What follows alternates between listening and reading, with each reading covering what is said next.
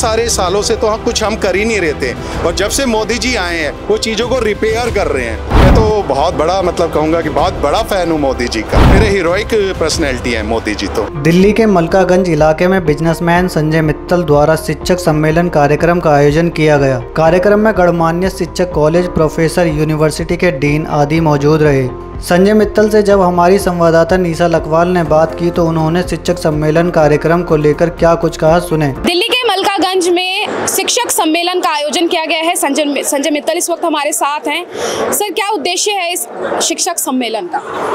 सबसे पहले मेरा सबको प्रणाम और जय श्री राम। जय श्री राम। जो आपने अभी प्रश्न किया कि क्या उद्देश्य है इसका, तो मेन शिक्षक का काम होता है कि हमारी जो युवा पीढ़ी है उसको आगे ले जाना, और माननीय प्रधानमंत्री ने हमारे विकसित भारत 2047 का एक हमें टारगेट दिया है, तो शिक्षक का बहुत अहम रोल होगा, तो शिक्षक सम्मेलन होना तो बनता है। क्या आप भी इसी बैकग्राउंड से बिलोंग करते हैं, शिक्षक से, या फिर आपका झुकाव शिक्षकों के प्रति ज्यादा है? नहीं, बेसिकली मैं एंटरप्रेन्योर हूँ, लेकिन मैं शिक्षक की अहमियत जानता हूँ, और मुझे पता है कि मेरे भी गुरुजी रहे हैं जिन्होंने मुझे मार्गदर्शन किया, जिसके कारण मैं जो थोड़ा बहुत जो भी प्राप्त कर पाया हूँ उन्हीं के कारण कर पाया। तो आज यहाँ पर ये सम्मेलन किया जा रहा है, और आगे किस स्तर पर ये किया जाएगा? ये पहला सम्मेलन है या इससे पहले भी हो चुके हैं? नहीं, ये लगातार होते रहेंगे, पहले भी होते रहे हैं, आगे भी होते रहेंगे, क्योंकि हमें युवा शक्ति का मार्गदर्शन करना है। तो बेसिकली हमें शिक्षक का बहुत बड़ा सहयोग चाहिए, शिक्षक का बहुत बड़ा रोल होता है, तो ये सम्मेलन होते रहेंगे और लगातार होते रहेंगे। इस सम्मेलन से कैसे जागरूकता आएगी युवाओं में?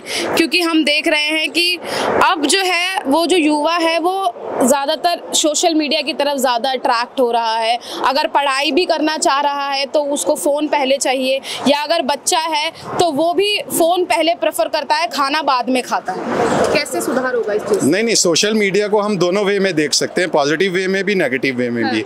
तो काफ़ी बच्चे इसे पॉजिटिव लेते हैं, बहुत सारे यूट्यूब पर काफ़ी इन्फॉर्मेशन लेते हैं। तो मैं सोशल मीडिया को हमेशा सहायक मानता हूँ, उसे हमेशा पॉजिटिव वे में लेकर जाना चाहिए हमें। और शिक्षक तो बहुत बड़ा अहम रोल अदा करेंगे युवा शक्ति को आगे लाने में, क्योंकि वो तो बेसिक पिलर है, वही मार्गदर्शन करेंगे, वही गाइड करेंगे। अगर युवा भटक रहा है या नशे की तरफ जा रहा है तो वो उसे रोकेंगे, तो शिक्षक का तो बहुत बड़ा रोल है। इस प्रोग्राम में मनोज तिवारी और जो यहाँ से पार्षद हैं रेखा जी, वो भी शिरकत करने वाली हैं। तो क्या लग रहा है कि जनता उन्हें देखकर किस तरीके से प्रेरित होगी, या उनके आने से इस सम्मेलन को और बढ़ावा मिलेगा? नहीं, देखिए, ये शिक्षक सम्मेलन है और शिक्षक की अपनी अहमियत होती है। सेलिब्रिटी लोग आते हैं, चले जाते हैं, तो शिक्षक की जो अहमियत है वो कभी कम नहीं हो सकती। लेकिन हाँ, इनके आने से ज़रूर थोड़ा बहुत जैसे इम्प्रूव मिलता है, सपोर्ट मिलता है, तो ये लोगों का सपोर्ट मिल रहा है मुझे, और बहुत ही अच्छा लग रहा है। जैसे कि शुरुआत ही हमने जय श्री राम के नारे से की थी, तो जाहिर सी बात है कि पूरा राम में इस समय देश जो है वो हो गया है। चुनाव का दौर भी चल रहा है, आज खुद तीसरे चरण के चुनाव हैं, क्या कहेंगे? नहीं, माननीय प्रधानमंत्री, मैं तो बहुत बड़ा कहूँगा कि बहुत बड़ा फ़ैन हूँ मोदी जी का। मोदी जी ने जो देश का इतना आगे ले गए हैं और आगे ले जाएंगे, और हम विश्व गुरु बनकर दिखाएंगे, तो अनबिलीवेबल है। वो मेरे हीरोइक पर्सनैलिटी है मोदी जी तो। अच्छा, लेकिन विपक्ष कहीं ना कहीं उनसे सवाल पूछता हुआ दिखता है हर बार भगवान के नाम पर, कि आप धर्म के नाम पर राजनीति कर रहे हैं, धर्म के नाम पर वोट मांग रहे हैं, महंगाई, बेरोजगारी, जो ज़मीनी मुद्दे हैं उन पर बात नहीं कर रहे हैं, जनता जिन मुद्दों पर बात करना चाह रही है उन पर बात नहीं कर रहे हैं। मंचों से अगर जनता को संबोधित किया जाता है तो राहुल परिवार या गांधी परिवार पर निशाना साधा जाता है, बात ज़मीनी मुद्दों पर नहीं की जाती है। नहीं, मैं इस बात से सहमत नहीं हूँ। ज़मीनी मुद्दे अगर आप देखेंगे, बेसिक इंफ्रास्ट्रक्चर, आप दिल्ली से मेरठ कितनी देर में पहले पहुँचते थे और अब कितनी देर में पहुँचते हैं, तो ये तो बेकार की बात है। विपक्ष को कुछ ना कुछ बेफजूल के मुद्दे चाहिए होते हैं, और ग्राउंड लेवल पर मोदी जी ने जो काम किया है और जो इंफ्रास्ट्रक्चर बना है, अनबिलीवेबल है। इतने सालों की, जो कहते हैं ना कि बहुत सारे सालों से तो हम कर ही नहीं रहे थे, और जब से मोदी जी आए हैं वो चीज़ों को रिपेयर कर रहे हैं, तो इट्स टेक टाइम, वो टाइम लेती हैं चीज़ें। अब उन्हें रिदम मिला है तो हमारी ये ड्यूटी बनती है कि उन्हें दोबारा लाएं, और उन्हें जो रिदम मिला है उन्हें काम करने का और प्रोत्साहन दें। अच्छा, 25 मई को दिल्ली में भी चुनाव है, आप किस तरीके से अपनी पार्टी को आगे बढ़ाने के लिए काम कर रहे हैं दिल्ली? ये सब उसी के किया जा रहा है, सारा शिक्षक सम्मेलन भी उसी का हिस्सा है, और आगे भी हम लगातार कन्वेंसिंग करते रहेंगे, डोर टू डोर करेंगे, और हम 400 पार जाएंगे ही जाएंगे। अब ये 100% बिलीव है। लेकिन वो तो कह रहे हैं 150 पर सिमट जाएंगे। नहीं, वो अब हम बहुत ज़्यादा ध्यान नहीं देते इस बात पर ना। हाँ। बहुत ज़्यादा विपक्ष कुछ भी कहता रहे, उससे बहुत ज़्यादा ध्यान नहीं, हमें जो काम करना है हम कर दिखाएंगे।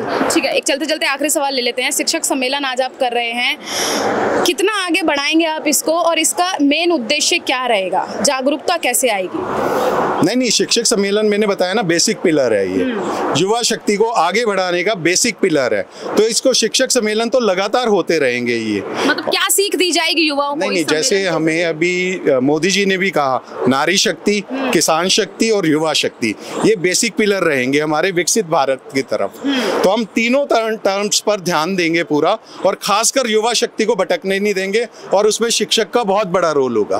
कार्यक्रम में भाजपा के उत्तर पूर्वी दिल्ली से प्रत्याशी मनोज तिवारी मुख्य अतिथि के रूप में मौजूद रहे। उन्होंने कार्यक्रम को लेकर पूछे गए सवालों पर क्या कुछ कहा, सुने। की बार 400 पार भी होगा, क्योंकि मैं पार्टी का स्टार प्रचारक हूँ। कल ही मैं आधा दिन पश्चिम बंगाल में लगा के आया,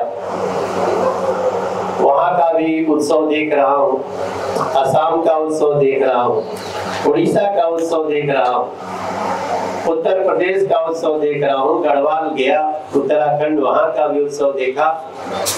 और इतना सब कुछ देखते हुए हमको एक बात समझ में आती है कि सब कुछ संभव होगा जब हम अपना वोट देंगे और वोट निकलवाएंगे। सारी लड़ाई का मूल 25 तारीख को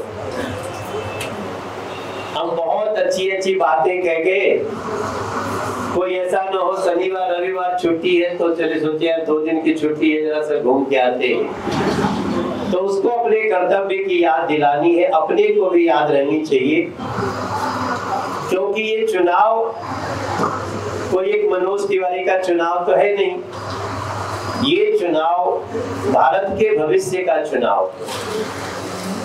और एक लाइन है बहुत महत्वपूर्ण, सही फिट होती है कि वो लाए हैं तूफान से कश्ती निकाल के। वो मतलब हम किनको कह रहे हैं आप समझते हैं? नरेंद्र मोदी जैसा नेता इस देश में या दुनिया में किसी को बार बार नसीब नहीं होता है मेरे भाई। जितना हम उनके बारे में पढ़ते हैं, जानते हैं, उनसे बातें करते हुए जितने वो साधारण लगते हैं, थोड़ा दूर आने के बाद लगती कितना बड़ा सोच का व्यक्ति, कितनी सूझबूझ है विपरीत परिस्थितियों में। जैसे एक छोटी सी बात, आप तो शिक्षक हैं, नींद खिसक गई और अगर उस समय की स्थिति को देश को बता दिया जाता, दुनिया को बता दिया जाता, तो शायद ही कोई भारत में निवेश करने आता, शायद भारत का भी आत्मविश्वास हिल जाता। कई लोगों ने कहा कि इसको बताना चाहिए कि देखो कांग्रेस ने क्या दिया देश को, नरेंद्र मोदी जी ने डिसाइड किया था। और ये बात मैं पहला नहीं बताने वाला हूँ, इसको हमारे वित्त मंत्री बताएंगे, इसको हमारे देश के विदेश मंत्री बताएंगे। उन्होंने भी अपने भाषण में ये बात कही है कि नरेंद्र मोदी जी ने कहा बिल्कुल नहीं बताना है, पहले हम अपने देश के इस स्थिति को मजबूत करेंगे और समय आने पे बात करेंगे। तो हम अब कर रहे हैं इस बात, और ये बात प्रधानमंत्री जी ने स्वयं ही जब हमारा अंतरिम बजट हो रहा था तो उन्होंने बात कही थी। तो जो ये भी समझता हो कि राष्ट्रहित किसमें है, हम तो खूब अच्छे से कांग्रेस की बुराई कर देते, यूपीए की बुराई कर, लेकिन उस बुराई में हम अपने पैर पे कुल्हाड़ी मारते। कैसी लगी आपको ये खबर, हमें कमेंट कर जरूर बताएं। देखते रहिए जनहित टाइम्स।